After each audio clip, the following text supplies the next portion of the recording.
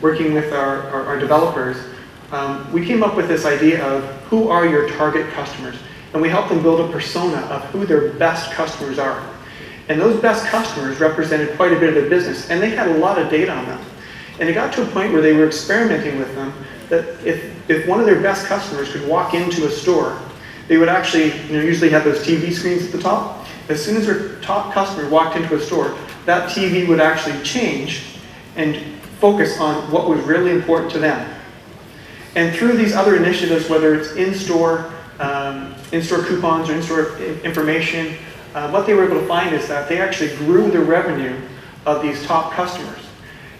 Initially, they treated everybody equal, but what they realized what they needed to do was focus on their top customers, because the top customers are those people that would line up around the block in order for the latest 2018 FIFA or Doom or whatever have you.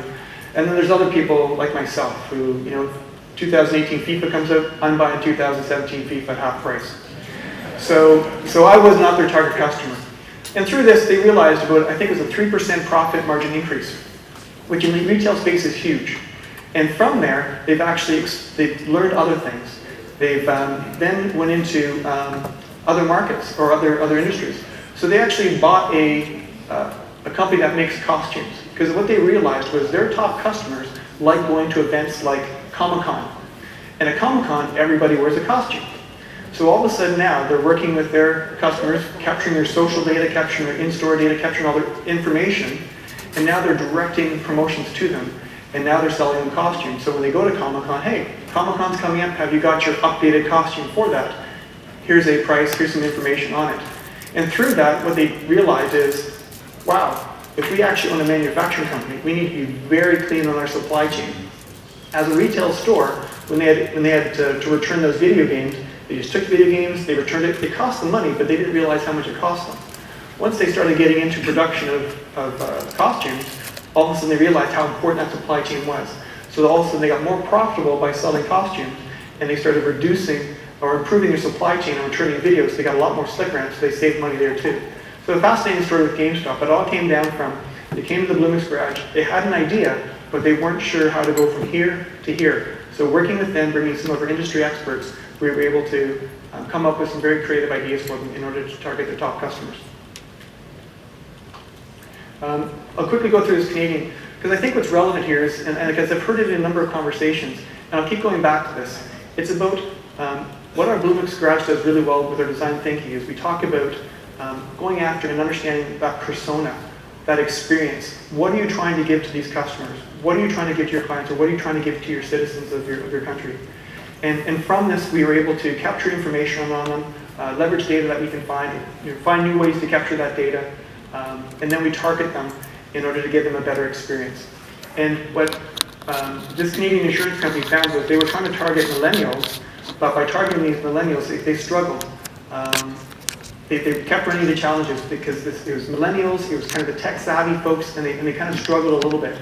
So they came with this tech-savvy crowd.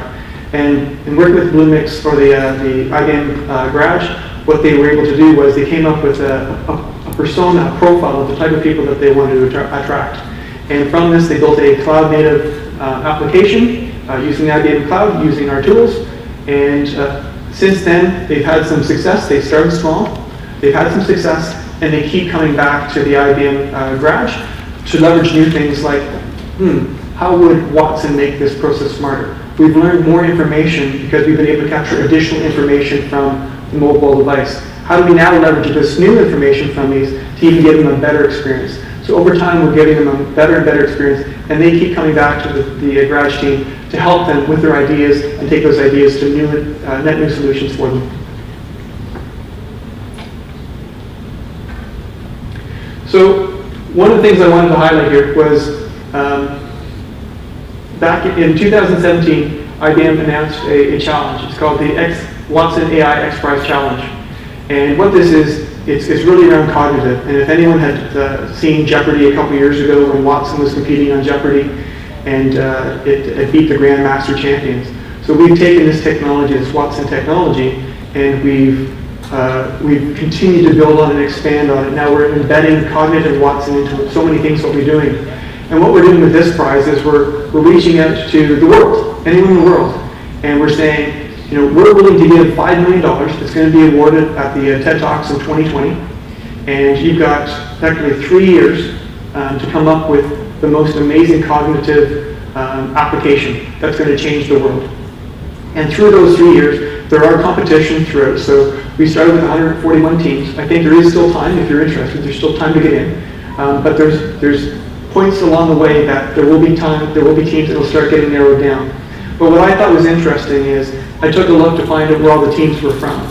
And because I covered the Caribbean, I wanted to find out which teams were from the Caribbean, and there's only one. There's only one team in the Caribbean that's doing it. And the good news is they're from Barbados. So congratulations, all you guys. But you know what? At the same time, it's great that Barbados has a team, but it's also disappointing because I know there's a lot of smart people here, and we need people in the Caribbean islands, and specifically Barbados, to lead the way. That you have those ideas. How do we take those ideas and make them to change the world? And I think this is another place to start. So with that, I just want to say, your ideas matter. It's your ideas that are going to improve our health. Your ideas are going to improve our cities. Your ideas are going to improve business. And ultimately, your ideas are going to improve our world, a world that we all live in.